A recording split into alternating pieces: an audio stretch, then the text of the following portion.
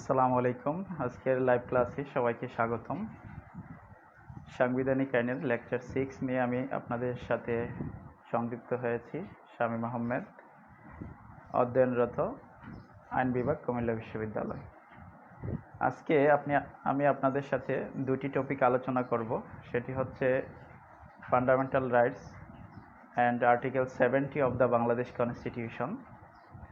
তো আমি প্রথমেই আলোচনায় চলে যাব ফান্ডামেন্টাল রাইটস সম্পর্কে। আমরা ফান্ডামেন্টাল রাইটস শব্দটি অনেকবার হয়তো আমরা শুনেছি এবং সেটি কি আমরা অনেকেই জানি। তো আমরা প্রথমতই ফান্ডামেন্টাল রাইটস নিয়ে আলোচনা করতে গেলে আমাদের মনে প্রশ্ন জাগে যে রাইট কি, অর্থাৎ অধিকার কি। আমরা অধিকার বলতে বুঝি যে মানুষের আত্মবিকাশের জন্য কিছু সুযোগ সুবিধার দাবিকে, অর্থাৎ রাইট হচ্ছে মানুষের আত্মবিকাশের জন্য কিছু সুযোগ সুবিধার দাবি। এবং এই রাইটগুলো কিন্তু দুই ভাগে ভাগ করা হয়েছে ব্যাপক অর্থে, যে আমরা জানি যে মোরাল রাইটস এবং লিগ্যাল রাইটস। মোরাল রাইটসগুলো হচ্ছে যে রাইটসের মূল ভিত্তি হচ্ছে নৈতিকতা, অর্থাৎ রোল অফ ন্যাচারাল জাস্টিস, এবং যে রাইট ভায়োলেট করলে কোনো ধরনের অপরাধ হয় না তাকেই কিন্তু আমরা মোরাল রাইটস বলতেছি। তারপর যদি আমরা লিগ্যাল রাইটস দেখি, তাহলে যে রাইটসগুলো দেশের আইন দ্বারা স্বীকৃত, অর্থাৎ পজিটিভ ল দ্বারা স্বীকৃত, যে আইনগুলো ভায়োলেট করলে অপরাধ হয় এবং শাস্তি পেতে হয়, সেক্ষেত্রে কিন্তু আমরা জানি যে সে রাইটগুলা লিগ্যাল রাইট। অর্থাৎ আমরা রাইটকে দুই ভাগে ভাগ করেছি, মোরাল রাইট এবং লিগ্যাল রাইট। তা আমরা প্রথমতেই দেখি যে মানুষের জন্মের পর অনেক রাইট এই মোরাল রাইট হিসাবে থাকে। সেই মোরাল রাইটগুলো কিন্তু তাদের গুরুত্বের দাবি অনুসারে সেগুলো লিগ্যাল রাইটে পরিণত হয়। অর্থাৎ প্রতিটা রাইটই আসলে মোরাল রাইট হিসাবে থাকে এবং সেটা গুরুত্বের বিবেচনায় সেটা লিগ্যাল রাইটে পরিণত হয়। এবং আমরা যদি এই রাইট নিয়ে আলোচনা করি, তাহলে আমরা প্রথমে যে রাইটটি চলে আসে, অর্থাৎ হিউম্যান রাইটস সম্পর্কে আমাদের আলোচনা করতে হয়। আমরা জানি যে মানুষ হিসেবে জন্মগ্রহণ করার পর মানুষ হিসেবে আমাদের কিছু রাইট রয়েছে, অর্থাৎ বাই বার্থ। সেই রাইটগুলোকেই কিন্তু আমরা হিউম্যান রাইটস বলে থাকি। অর্থাৎ যে রাইটগুলো আমরা জন্মগতভাবে, বৈশ্বিক যে রাইটগুলো আমাদের অর্জন হয়, অর্থাৎ বৈশ্বিক যে রাইটগুলো আমাদের থাকে, সেই রাইটগুলো কিন্তু আসলে হিউম্যান রাইটস। যে আমরা হিউম্যান রাইটসকে কোনো দেশ বা কালের সীমানায় আবদ্ধ রাখি না। মানুষ হিসেবে যে কোনো দেশ কালের সীমানা ছাড়িয়ে সার্বজনীন যে রাইটগুলো আমরা ভোগ করি, সেই রাইটগুলো কিন্তু হিউম্যান রাইটস। অর্থাৎ হিউম্যান রাইটসগুলো দেশের কোনো আইন দ্বারা স্বীকৃত থাকে না, তবে দেশ জন্মের পূর্বেই কিন্তু এই রাইটগুলো স্বীকৃত থাকে। অর্থাৎ কোনো দেশ নেই, অর্থাৎ দেশের স্বীকৃতি হয় নাই, দেশটি স্বীকৃত হয় নাই, অথবা দেশের জন্ম হয় নাই, তার আগেই কিন্তু হিউম্যান রাইটসগুলো স্বীকৃত থাকে। অর্থাৎ এখানে আমরা যদি হিউম্যান রাইটসের বৈশিষ্ট্য দেখি, তাহলে দুইটি বৈশিষ্ট্য আমরা পাই। সেটি হচ্ছে ইউনিভার্সাল ইনহিয়ারেন্স এবং হচ্ছে যে ইনএলিয়েনেবিলিটি। ইউনিভার্সাল ইনহিয়ারেন্স অর্থ হচ্ছে যে সার্বজনীন সহজাততা, অর্থাৎ যে অধিকারগুলো মানুষ জন্মের পরপরই ভোগ করতে পারে, সেই অধিকারগুলো হচ্ছে যে মানুষের হিউম্যান রাইটস।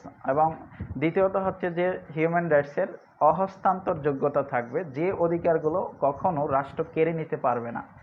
আমরা জানি যে ফান্ডামেন্টাল রাইটসগুলো রাষ্ট্র চাইলে যে কোনো সময় বাধা নিষেধ আরোপ করতে পারে, কেড়ে নিতে পারে, সংবিধান সংশোধন করে, কিন্তু হিউম্যান রাইটসগুলো সেক্ষেত্রে কেড়ে নেওয়া যায় না।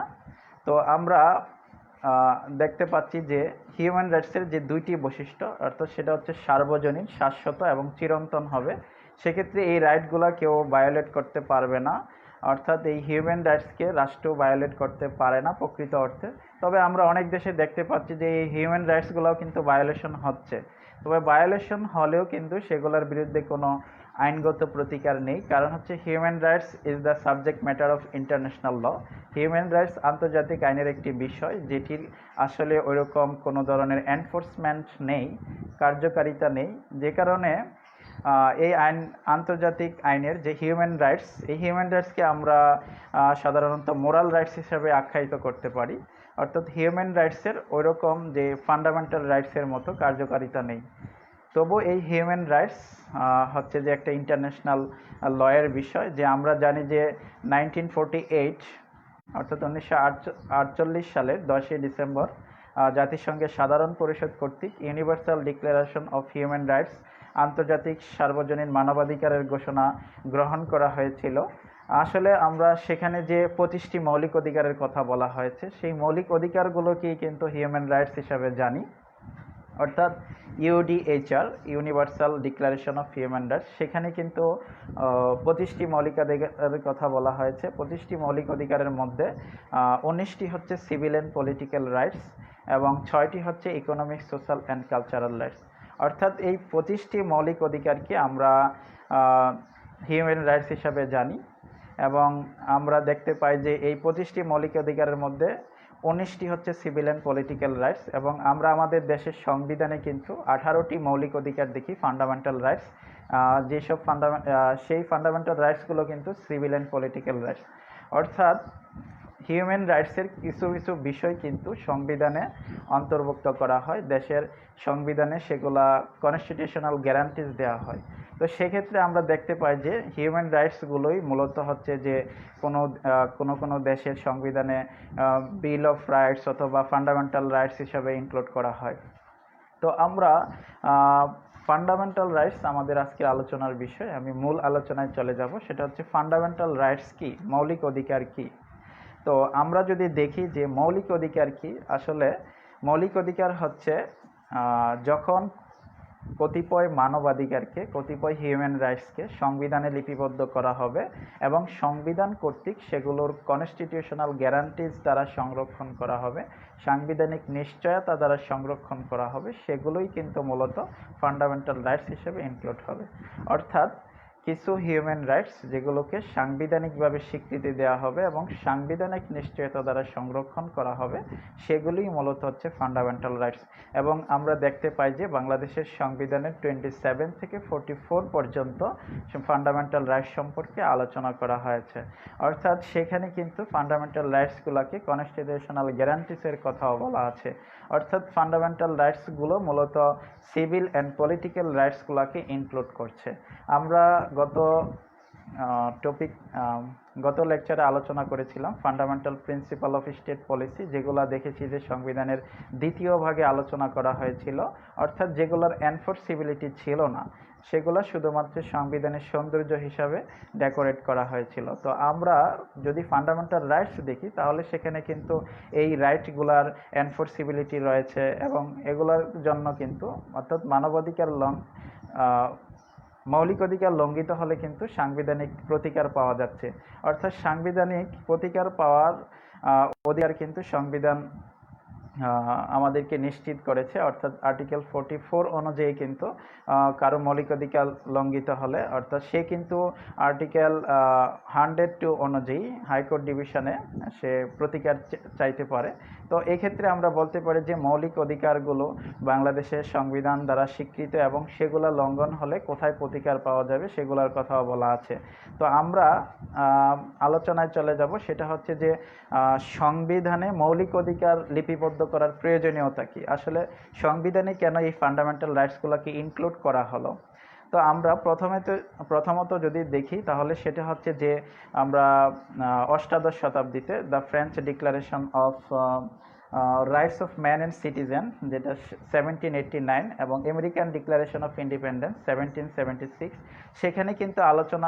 সেখানে কিন্তু বিল অফ রাইটস এবং ফান্ডামেন্টাল রাইটস নামে মৌলিক অধিকার সংযোজিত করা হয়েছে। সেই আমেরিকান ডিক্লারেশন অফ ইন্ডিপেন্ডেন্স এবং আমেরিকার সংবিধানে এই মৌলিক অধিকারগুলো অন্তর্ভুক্ত করার পর থেকেই কিন্তু বিশ্বের বিভিন্ন দেশের লিখিত সংবিধানে এগুলা বিল অফ রাইটস এবং ফান্ডামেন্টাল রাইটস নামে ইনক্লুড করে যাচ্ছে। তো এগুলা ইনক্লুড করার কারণটা আসলে কি, আমরা যদি দেখি যে লিখিত সংবিধানে এগুলো ইনক্লুড করার কারণ হচ্ছে যে আমাদের যে গণতান্ত্রিক শাসন ব্যবস্থা, সেগুলো কিন্তু দলীয় শাসন ব্যবস্থা, এবং আমরা দেখতে পাই যে নির্বাচনে যে দল সংখ্যাগরিষ্ঠতা অর্জন করে সে দল কিন্তু ক্ষমতায় গিয়ে সরকার গঠন করে, এবং তারা ক্ষমতায় অধিষ্ঠিত হওয়ার পরপরই কিন্তু অনেক শাসক দল জনগণের স্বার্থ এবং অধিকার রক্ষার পরিবর্তে স্বৈরাচারিতার পথ বেছে নেয় এবং ব্যক্তিগত ও দলীয় স্বার্থে তারা কাজ করতে থাকে। তো সেই ক্ষেত্রে কিন্তু তারা বিরোধী দল এবং জনগণের উপর নির্যাতনের স্টিম রোলার চালাতে পারে অথবা মৌলিক অধিকারগুলোকে ক্ষুণ্ণ করতে পারে। সেজন্য কিন্তু সংবিধানে এই মৌলিক অধিকারগুলো যেন কোনো সরকার ক্ষমতায় গিয়ে লঙ্ঘন করতে না পারে, সেজন্য কিন্তু এগুলোর প্রতিকারও সংবিধানে দেওয়া হয়েছে। অর্থাৎ কেউ যদি সংবিধানের মৌলিক অধিকার পরিবর্তন করতে চায় তাহলে তাকে সাংবিধানিক প্রক্রিয়ায় সংবিধান সংশোধন করে তারপর মৌলিক অধিকারকে পরিবর্তন করতে হবে এবং কারো মৌলিক অধিকার যদি লঙ্ঘিত হয় তাহলে কিন্তু আর্টিকেল 44 অনুযায়ী হাইকোর্ট ডিভিশনে কোনো ব্যক্তি মামলা করতে পারে এবং সেক্ষেত্রে প্রতিকার পেতে পারে। তো আমরা দেখতে পাই যে এক্ষেত্রে মৌলিক অধিকারগুলো সংবিধানে লিপিবদ্ধ করার কারণ হচ্ছে যেন কোনো একটা সরকার ক্ষমতায় গিয়ে স্বৈরাচারিতার পথ বেছে না নিতে পারে, অর্থাৎ সেখানে যেন তারা মানুষের মৌলিক অধিকারগুলোকে লঙ্ঘন করতে না পারে এবং যদি লঙ্ঘন করতে হয় তাহলে তাকে সংবিধান সংশোধন করে লঙ্ঘন করতে হয়। তো এই ক্ষেত্রে কিন্তু মানুষের এই অধিকারগুলোকে একটু উচ্চতর মর্যাদা দেওয়া হয়েছে। যদিও এগুলো মৌলিক অধিকারের উপর বাধানিষেধ আরোপ করা যায়, তবুও কিন্তু একটা কনস্টিটিউশনাল গ্যারান্টিজ এবং সাংবিধানিক নিশ্চয়তার মধ্য দিয়ে তাকে এগুলা লঙ্ঘন করতে হচ্ছে। তো আমরা এই ক্ষেত্রে দেখতে পাই যে সংবিধানের যে ফান্ডামেন্টাল রাইটস এগুলা অন্যান্য আইনের চেয়ে একটু ঊর্ধ্বে অবস্থান করে এবং এখানে কিন্তু মৌলিক অধিকার বলা হচ্ছে কারণ হচ্ছে কনস্টিটিউশন দেশের সুপ্রিম ল অথবা ফান্ডামেন্টাল ল, অর্থাৎ দেশের মৌলিক আইন হচ্ছে সংবিধান এবং সংবিধান কর্তৃক যে অধিকারগুলো স্বীকৃত দেওয়া হচ্ছে সেগুলো কিন্তু আসলে মৌলিক আইনের অংশ। এজন্য কিন্তু আমরা ফান্ডামেন্টাল রাইটসকে আমরা মৌলিক আইন বলতেছি। তো এই ক্ষেত্রে আমরা বলতে পারি যে সংবিধানে মৌলিক অধিকারগুলো লিপিবদ্ধ করার কারণ হচ্ছে এই অধিকারগুলো যেন সরকার লঙ্ঘন করতে না পারে এবং এই অধিকার লঙ্ঘন হলে যেন জনগণ সেটার প্রতিকার পেতে পারে। অর্থাৎ এক্ষেত্রে আমরা হাইকোর্ট ডিভিশনকে এই মৌলিক অধিকারের অভিভাবক বা গার্ডিয়ান হিসাবে অভিহিত করতে পারি। অর্থাৎ মৌলিক অধিকার লঙ্ঘন হলে সাংবিধানিক প্রতিকার এবং নিশ্চয়তার অধিকার পাওয়া যাবে। তো এই ক্ষেত্রে আমরা Jibendra Kishore versus the province of East Pakistan, state versus ডসু মামলা এবং Golaknath versus the state of Punjab এই কেসগুলো আমরা উল্লেখ করতে পারি এবং এই কেসগুলোর রায় যদি আমরা দেখি তবে সেক্ষেত্রে কিন্তু আমরা এই মৌলিক অধিকার কেন সংবিধানে লিপিবদ্ধ করা হবে সেগুলোর প্রয়োজনীয়তা আমরা পেয়ে যাব। তো আমরা দেখতে পাচ্ছি যে Jibendra Kishore versus the province of East Pakistan সেই মামলায় কিন্তু বলা হচ্ছে যে the very conception of a fundamental right is that it being a right guaranteed by the constitution cannot be taken away by the law। অর্থাৎ সংবিধান দ্বারা নিশ্চয়তা যে অধিকারগুলোকে দেওয়া হয় সেগুলোকে কিন্তু রাষ্ট্র কখনো কেড়ে নিতে পারে না। অর্থাৎ সেগুলো যদি কেড়ে নেওয়া হয় তাহলে কিন্তু সেখানে কিন্তু সাংবিধানিক প্রতিকার জনগণ পেতে পারে। তো আমরা যদি আলোচনায় যাই তাহলে সেটা হচ্ছে যে আমরা এখানে ফান্ডামেন্টাল রাইটস এবং হিউম্যান রাইটসের মধ্যে পার্থক্য খুঁজে পাই। অর্থাৎ আমরা বলেছি যে all human rights is not fundamental rights but all fundamental rights is human right. কারণ হচ্ছে যখন কিছু মানবাধিকারকে সাংবিধানিক নিশ্চয়তা দেওয়া হয়, সংবিধানে লিপিবদ্ধ করা হয়, তাহলে সেই ক্ষেত্রে কিন্তু সেগুলো ফান্ডামেন্টাল রাইটস হিসেবে ইনক্লুড হয়, কিন্তু সেই ফান্ডামেন্টাল রাইটসগুলো কিন্তু মৌলিক অর্থাৎ মানবাধিকার হিসেবে স্বীকৃত ছিল এবং সেগুলো কিন্তু মানবাধিকার। অর্থাৎ মানবাধিকারগুলোকে দেশের আইনে যখন লিপিবদ্ধ করা হয়, একটু উচ্চতর মর্যাদা দেওয়া হয়, তখন সেগুলো কিন্তু ফান্ডামেন্টাল রাইটসে ইনক্লুড হচ্ছে। অর্থাৎ আমরা প্রথম যে পার্থক্য ফান্ডামেন্টাল রাইটস এবং হিউম্যান রাইটসের মধ্যে সেটা কিন্তু আমরা বলতে পারি যে all fundamental rights are human rights but all human rights are not fundamental rights. এবং দ্বিতীয়ত যদি আমরা দেখতে পাই যে the source of fundamental right is the constitution. অর্থাৎ মৌলিক অধিকারের উৎস হচ্ছে কোনো একটা দেশের সংবিধান, but the source of human rights is the international law.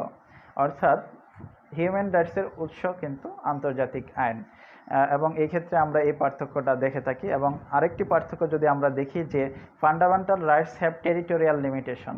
অর্থাৎ সেখানে কিন্তু আঞ্চলিক সীমাবদ্ধতা আছে, অর্থাৎ কোনো একটা দেশের মধ্যে কিন্তু ফান্ডামেন্টাল রাইটসগুলো সীমাবদ্ধ।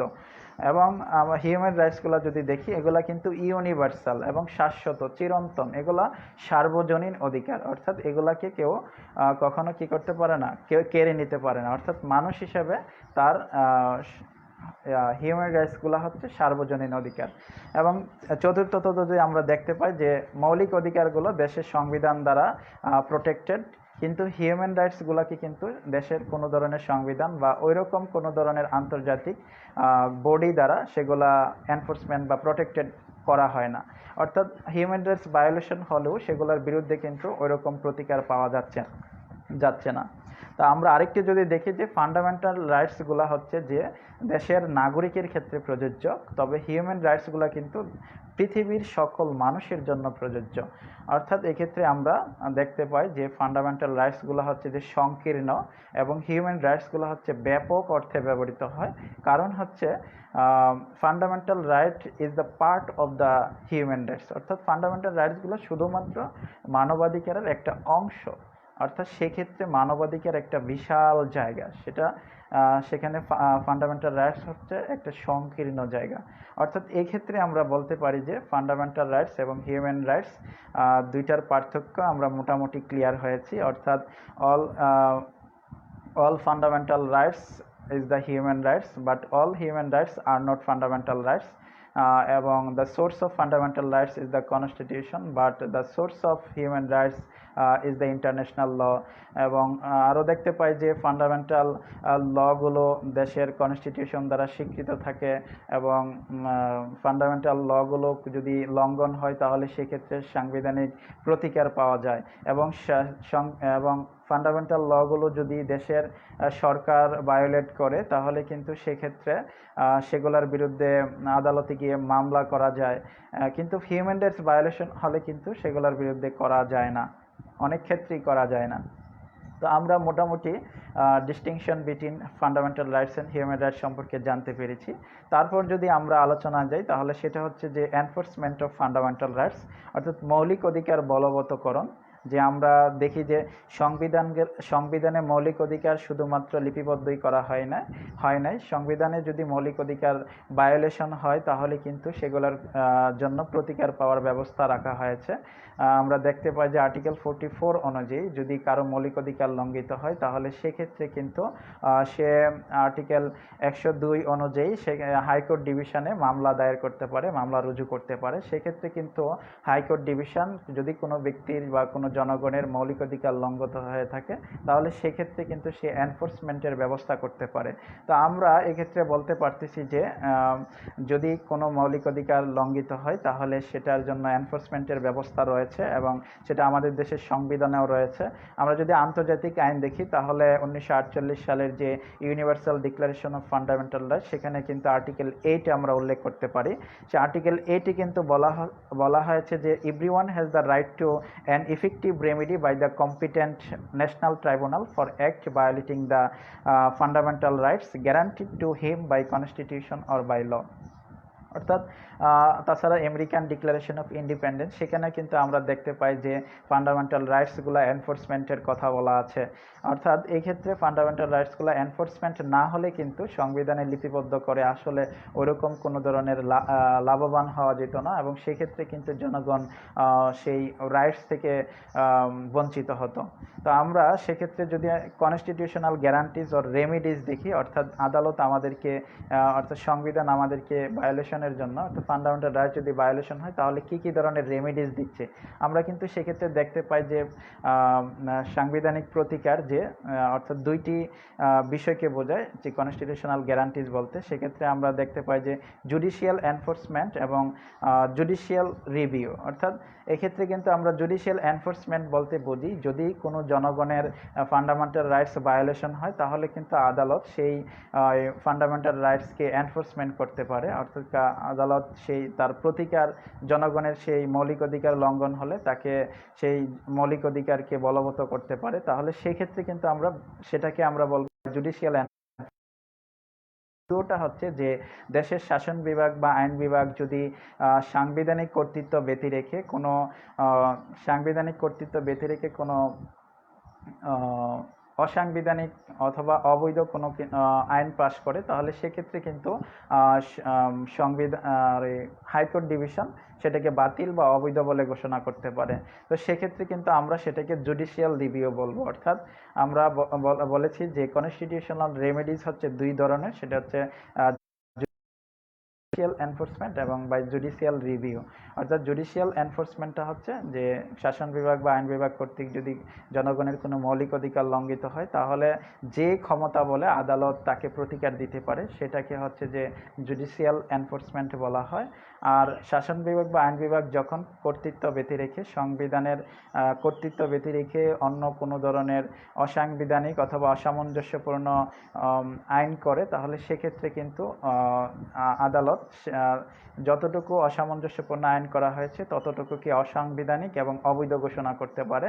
তাহলে সেটাকে কিন্তু বলা হচ্ছে যে জুডিশিয়াল রিভিউ। অর্থাৎ জুডিশিয়াল রিভিউ সম্পর্কে যে আব্রাহাম অর্থাৎ হলসবারি বলেছিলেন যে সেখানে যে judicial review is the ultimate power of any court, judicial review is the ultimate power of any court to declare, অর্থাৎ সেখানে একটি তিনি উক্তি দিয়েছিলেন যে judicial review is the ultimate power of any court to declare the unconstitutional and hence unenforceable any ল।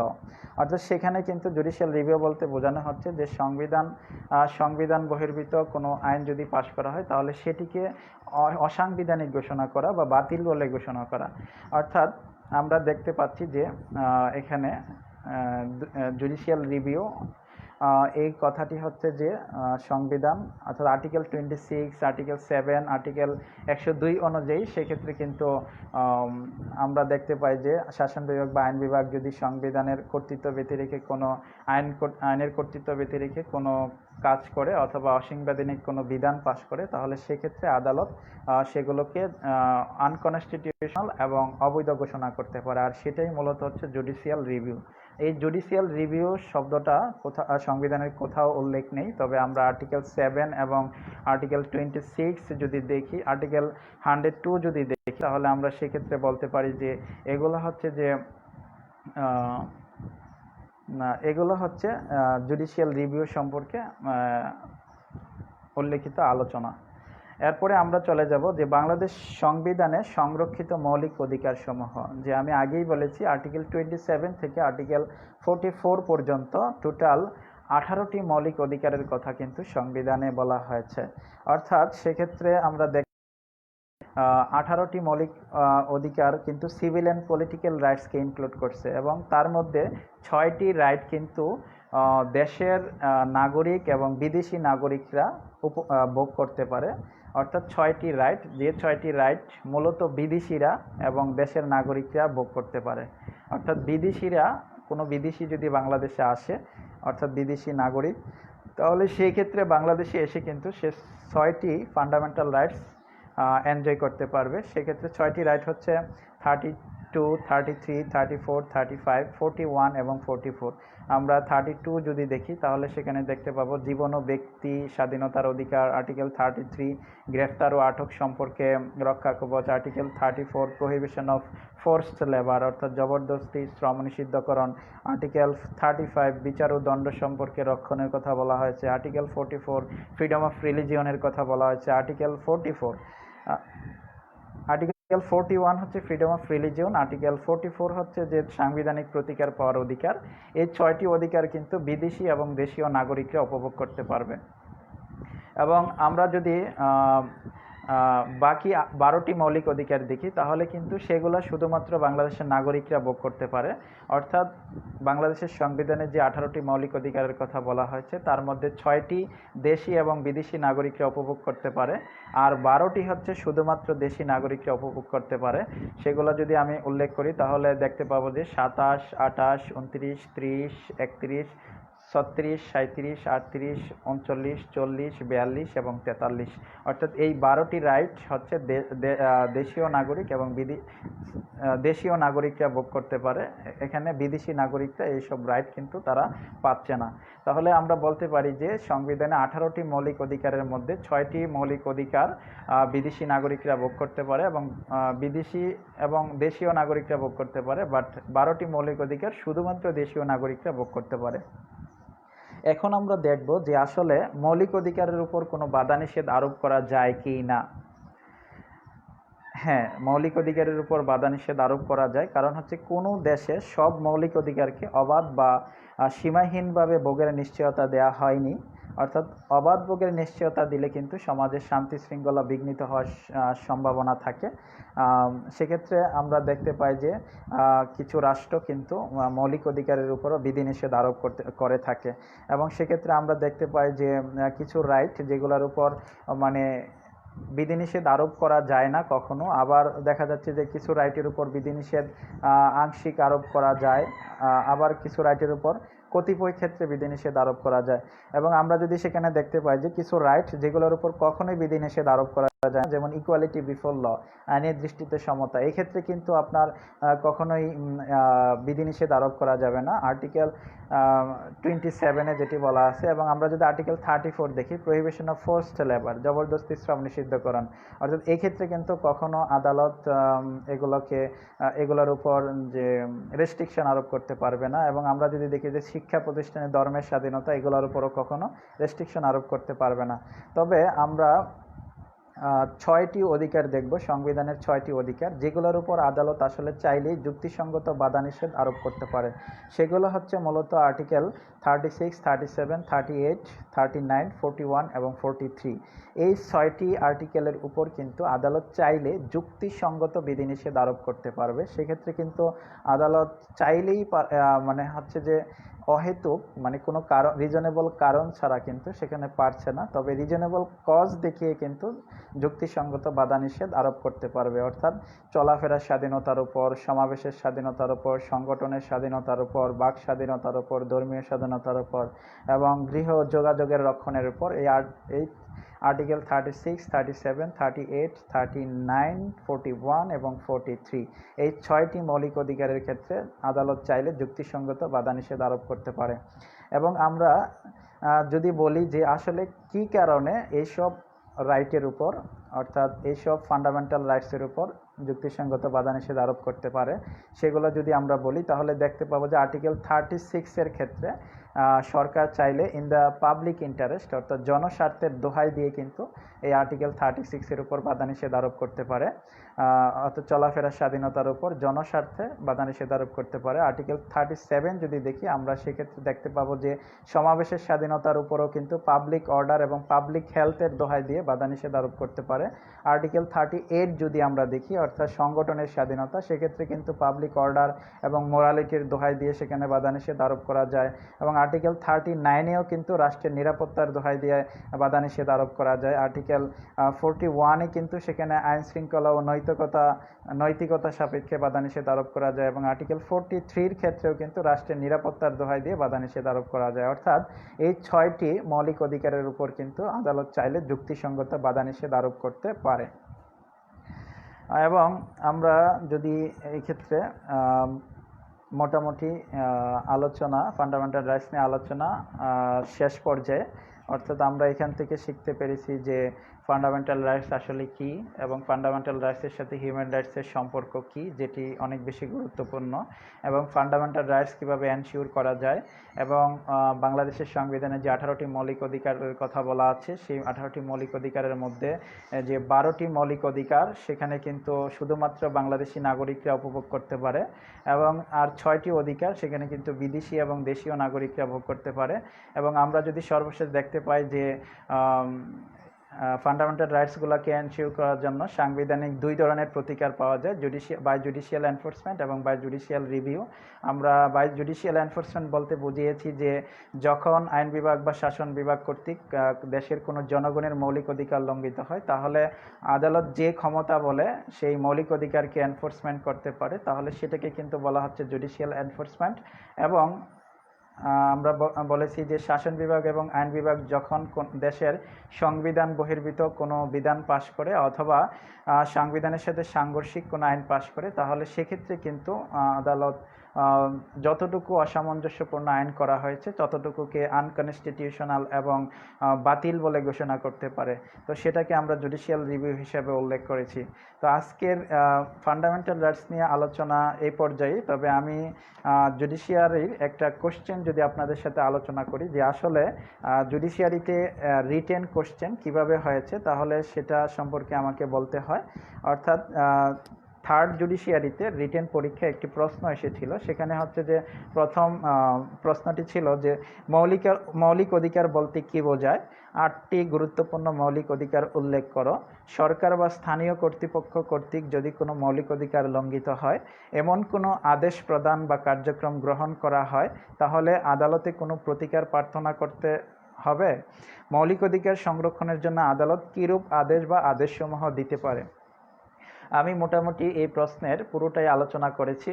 তবে আমি যদি এই প্রশ্নটির উত্তর দিতে যাই, তাহলে আমরা প্রথমে আসছে যে হোয়াট ইজ ফান্ডামেন্টাল রাইটস, অর্থাৎ মৌলিক অধিকার কি। আমি বলেছি যে কিছু হিউম্যান রাইটস যেগুলো দেশের সংবিধানে লিপিবদ্ধ করা হয় এবং সংবিধান দ্বারা প্রোটেক্টেড করা হয়, সেই সব অধিকারগুলোকে কিন্তু ফান্ডামেন্টাল রাইটস বলা হয়। অর্থাৎ ফান্ডামেন্টাল রাইটসগুলো দেশের অন্যান্য আইনের চেয়ে একটু ঊর্ধ্বে অবস্থান করে, এবং ফান্ডামেন্টাল রাইটসকে যদি ফান্ডামেন্টাল রাইটসের উপর যদি কোনো বিধিনিষেধ অর্থাৎ ফান্ডামেন্টাল রাইটসে যদি কোনো পরিবর্তন করতে হয়, সেক্ষেত্রে কিন্তু সংবিধান সংশোধন করে এই ফান্ডামেন্টাল রাইটসকে পরিবর্তন করতে হবে।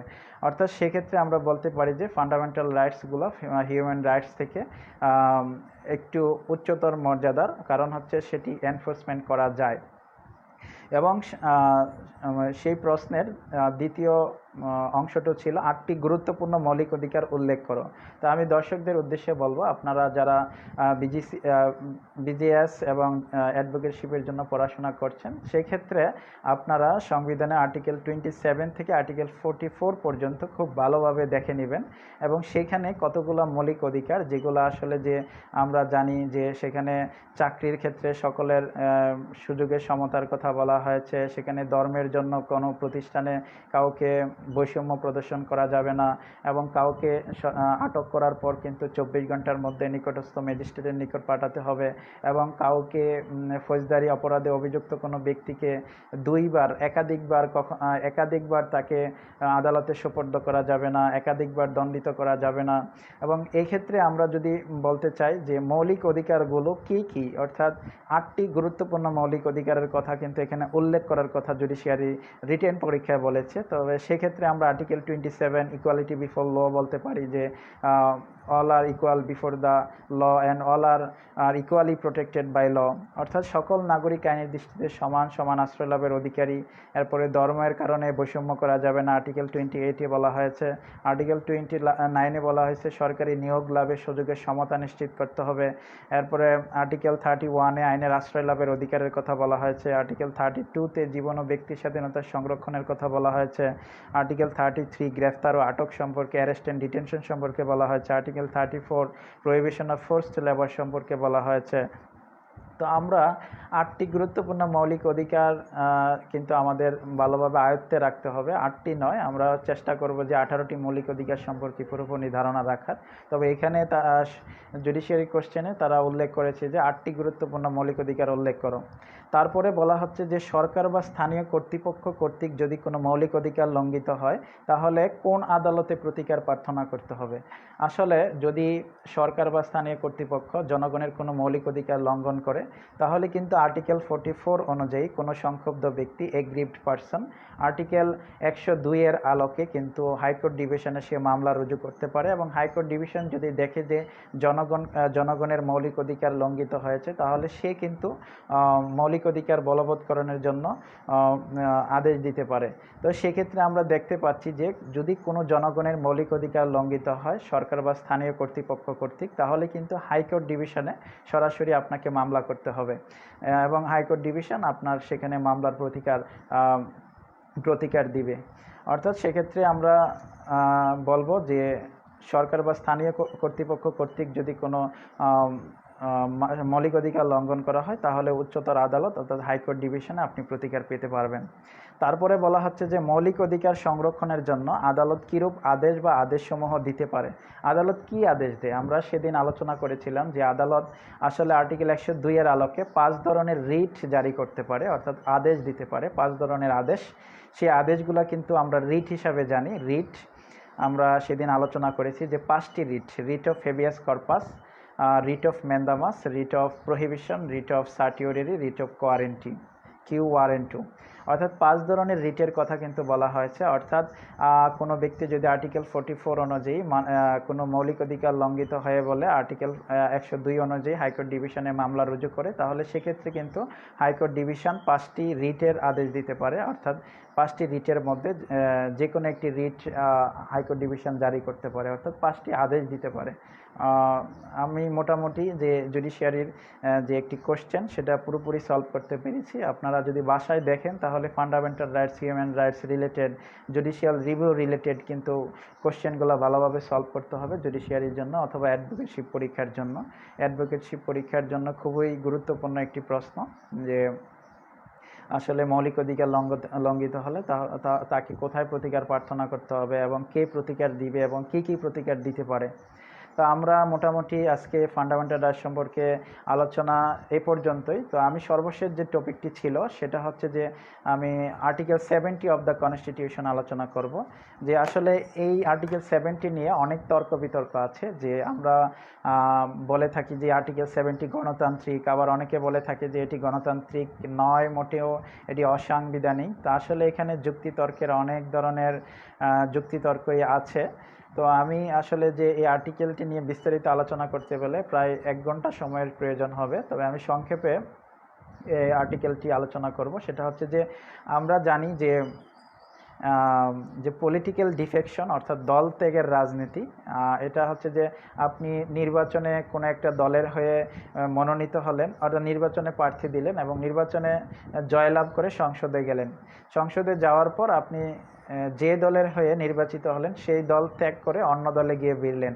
তবে সেই ক্ষেত্রে কিন্তু একটা যে দলের প্রতীক নিয়ে নির্বাচন করেছেন সে দলের সাথে আপনার একটা প্রতারণা করা হলো এবং সেক্ষেত্রে কিন্তু আপনার দেখা যাচ্ছে যে সংখ্যাগরিষ্ঠ আসন নিয়ে যখন কোন একটা দল সংসদে যায়, সেক্ষেত্রে যদি সেখান থেকে কতিপয় সংসদ সদস্য ওই দল ত্যাগ করে নতুন কোনো দলে গিয়ে ভিড়ে, তাহলে কিন্তু যারা সংখ্যাগরিষ্ঠ ছিল তাদেরকে বিপদে ফেলা হয়। তো সেক্ষেত্রে কিন্তু সেই দল আর তাদের সংখ্যাগরিষ্ঠতা আসন থাকে না, সরকার পরিচালনা করতে পারে না। তো সেই ক্ষেত্রে যদি দল ত্যাগ থাকে, অর্থাৎ এক দল চেঞ্জ করে অপর দলে যাওয়া যেত, তাহলে সেক্ষেত্রে কিন্তু দেশে একটা অরাজকতা অথবা স্থিতিশীল রাজনীতি আমরা পেতাম না।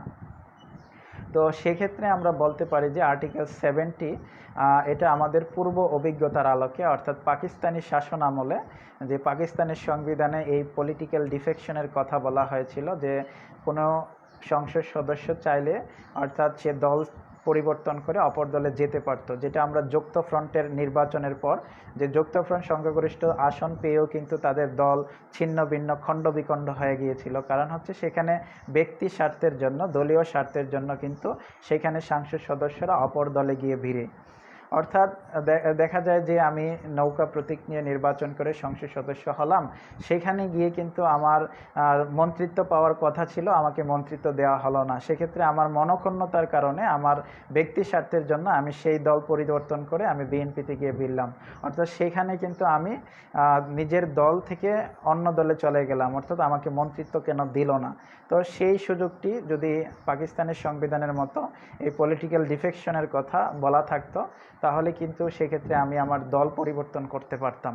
তো এই ক্ষেত্রে আমাদের যে পূর্ব অভিজ্ঞতা পাকিস্তানি শাসন আমলের 23 বছরের যাতাগলে পিষ্ট হয়ে কিন্তু আমরা সর্বশেষ আমাদের বাংলাদেশের মূল সংবিধান 1972 সালের সংবিধান, সেই সংবিধানে কিন্তু এই ডিফেকশন অর্থাৎ দল ত্যাগ কিন্তু আমরা বিধান রাখি নাই। অর্থাৎ কেউ চাইলেই তার দল পরিবর্তন করতে পারবে না। অর্থাৎ আপনি যে প্রতীক নিয়ে নির্বাচিত হয়ে সংসদ সদস্য হয়েছেন সেই দলেরই কিন্তু আপনার প্রতিনিধিত্ব করতে হবে। আপনি যদি সংসদে গিয়ে সেই দলের কোনো বিলের বিরোধিতা করেন বা সেই দলের প্রতি নাখুশ হয়ে আপনি সংসদ বর্জন করেন, আপনার কিন্তু সংসদ সদস্য পদই বাতিল হয়ে যাবে।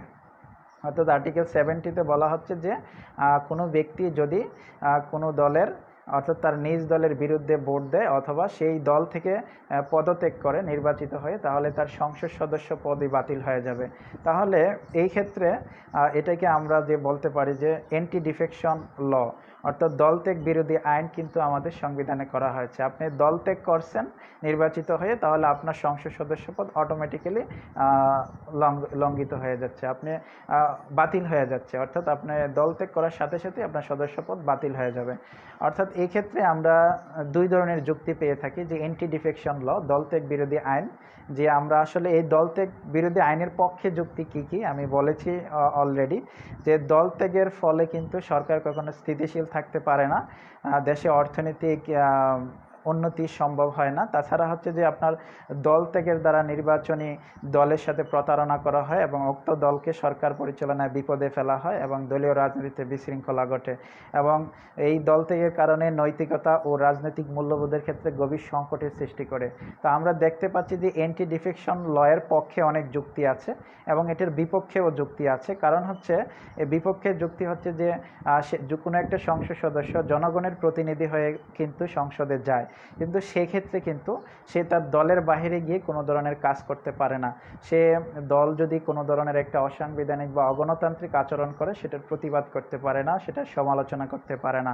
অর্থাৎ সেক্ষেত্রে নিজ বিবেক অনুযায়ী কিন্তু ভোট দেওয়া মানুষের মৌলিক অধিকার, সেই বিবেক অনুযায়ী কিন্তু কোনো সংসদ সদস্য সংসদে গিয়ে কোনো ধরনের ভোট দিতে পারে না। অর্থাৎ সে যে দল থেকে এসেছে সেই দলের পক্ষেই ভোট দিতে হচ্ছে। অর্থাৎ যদি সেই দলের পক্ষে তো তার কোনো ধরনের সমর্থন না থাকে বা সেই দলের বিপক্ষে ভোট দেয়, তাহলে তার সংসদ সদস্য পদ বাতিল হয়ে যাচ্ছে। তো আমরা এই ক্ষেত্রে দেখতে পাই যে যদি এক্ষেত্রে দলীয় নেতৃত্ব ও আদর্শ অনেক সময় গণতান্ত্রিক মূল্যবোধ বর্জিত একনায়কত্বের দিকে অথবা বিশেষ কোনো স্বার্থবাদী পথে ধাবিত হয়, তখন দলীয় নেতৃত্ব বা কর্মসূচির প্রতিবাদ করা, দলের বিপক্ষে ভোট দেওয়া বা দল ত্যাগ করা মোটেই অযৌক্তিক নয়। এক্ষেত্রে আমরা বলতে পারি যে আসলে দলত্যাগের রাজনীতি সেক্ষেত্রে পক্ষে এবং বিপক্ষে অনেক বেশি যুক্তি রয়েছে এবং সেগুলো নিয়ে অনেক বেশি তর্কের দাবি রাখে। তো আমরা আশা করি যে আপনারা বাসায় যদি একটু দেখেন, তাহলে সেক্ষেত্রে সহজেই বুঝতে পারবেন যে আর্টিকেল 70 আমাদের বাংলাদেশ সংবিধানে রাখার মূল কারণ হচ্ছে আমাদের যে পাকিস্তানি শাসন ছিল, সেই পাকিস্তানি শাসনের পূর্ব অভিজ্ঞতা, যেখানে দলত্যাগের কারণে কোনো সরকারি স্থিতিশীল থাকতে পারেনি। কারণ কোনো একটা দল রাজনৈতিকভাবে কোনো একটা রাজনৈতিক দলের প্রার্থী হিসেবে মনোনীত হয়ে সংসদে গিয়ে সেখানে তার দল পরিবর্তন করে ফেলার কারণে সেই সংখ্যাগরিষ্ঠ দল কিন্তু বিপদে পড়েছে এবং তারা সেখানে রাজনৈতিক স্থিতিশীল হতে পারেনি এবং সরকার পরিচালনায় তাদেরকে বিপদে ফেলা হয়েছিল। তো সেক্ষেত্রে সেই সব বিবেচনা করে 72 সালের সংবিধানে আমাদের দেশে এই অ্যান্টি ডিফেকশন অর্থাৎ ডিফেকশনের বিধানটি রাখা হয়নি। অর্থাৎ চাইলেই কেউ আওয়ামী লীগের প্রার্থী হয়ে নির্বাচিত হয়ে সংসদে গিয়ে সে দল ত্যাগ করে অথবা ফ্লোর ক্রসিং সে করতে পারবে না, সে বিরোধী দলে গিয়ে যোগ দিতে পারবে না। আর সে যদি যোগ দেয়, তাহলে তার সংসদ সদস্য অটোমেটিক্যালি বাতিল হয়ে যাবে।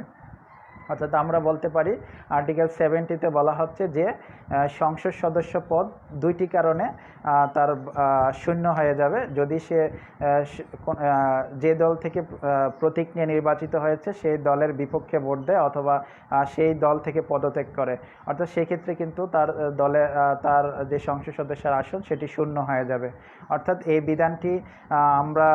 বিধানটির অনেকের সমালোচনা করা হয় যে আসলে এটা আমাদের গণতান্ত্রিক রাজনীতির পক্ষে এটি অনেক বেশি সহায়ক নয় এবং এটা গণতন্ত্রের পথে আমাদেরকে বাধা সৃষ্টি করেছে, প্রতিবন্ধকতা সৃষ্টি করেছে এবং গণতন্ত্র থেকে আমাদেরকে সরিয়ে দিয়ে একনায়কতন্ত্রের দিকে ধাবিত করছে। কারণ কোনো একটা রাজনৈতিক দলের প্রার্থী হয়ে যখন আপনি সংসদে যাচ্ছেন, সেক্ষেত্রে কিন্তু আপনি আপনার দল যদি কোনো খারাপ কাজ করে থাকে, অসাংবিধানিক কাজ করে থাকে, অগণতান্ত্রিক কাজ করে থাকে, সেক্ষেত্রে আপনি কখনোই বাধা বা অথবা তার সমালোচনা করতে পারছেন না। অথবা কোনো একটা বিল যদি সংসদে প্রস্তাব করা হয়, সেটা অগণতান্ত্রিক হওয়া সত্ত্বেও সেই ক্ষেত্রেও আপনি সেই বিলের বিপক্ষে ভোট দিতে পারছেন না। তো সেক্ষেত্রে কিন্তু একটি অগণতান্ত্রিক পন্থা আপনাকে অবলম্বন করতে হচ্ছে, যে আপনি মানুষ হিসেবে আপনার নিজের বিবেক দিয়ে ভোট দেওয়ার কথা ছিল, সেই বিবেক অনুযায়ী কিন্তু আপনি ভোট দিতে পারছেন না। তো সেক্ষেত্রে আর্টিকেল 70 পক্ষে বিপক্ষে অনেক আলোচনার দাবি রাখে এবং আমি মনে করি যে আর্টিকেল 70 রাখাও দরকার, আবার আর্টিকেল 70 না রেখে অন্য কোনো কিছু করা যায় কিনা, অর্থাৎ মধ্যপন্থা অবলম্বন করা যায় কিনা সেটাও আমাদেরকে বিবেচনায় রাখতে হবে। অর্থাৎ আজকের মোটামুটি আলোচনা এই ছিল। অর্থাৎ আপনারা যারা জুডিশিয়ারি এবং অ্যাডভোকেসি পরীক্ষা নিচ্ছেন, প্রস্তুতি নিচ্ছেন, তাদের প্রতি অনুরোধ থাকবে যে আজকে যে আলোচনার বিষয় ছিল ফান্ডামেন্টাল রাইটস এবং আর্টিকেল 70 অফ দ্য কনস্টিটিউশন, এগুলো আসলে আমাদের নিজেদের অনেক বেশি ভালো করে কেস ল সহ বুঝতে হবে এবং সেগুলো আমাদের আয়ত্তে রাখতে হবে। এবং আমরা যদি বাসায় অল্প সময় নিয়ে পড়াশোনা করি তাহলে হয়তো সেগুলো ওভারকাম করতে পারবো। যে আজকের আলোচনা সম্পর্কে কারো যদি প্রশ্ন থাকে তাহলে কমেন্টস করে জানাতে পারেন, আমি কমেন্টসে আপনাদের উত্তরের রিপ্লাই দিয়ে দিব। আজকের আলোচনার কলেবর অনেক বড় হয়ে যাচ্ছে, এজন্য আজকে এই লেকচার থেকে এখনই আমাকে বিদায় নিতে হচ্ছে। সবাইকে ধন্যবাদ, সবাই ভালো থাকবেন, সুস্থ থাকবেন। আসসালামু আলাইকুম।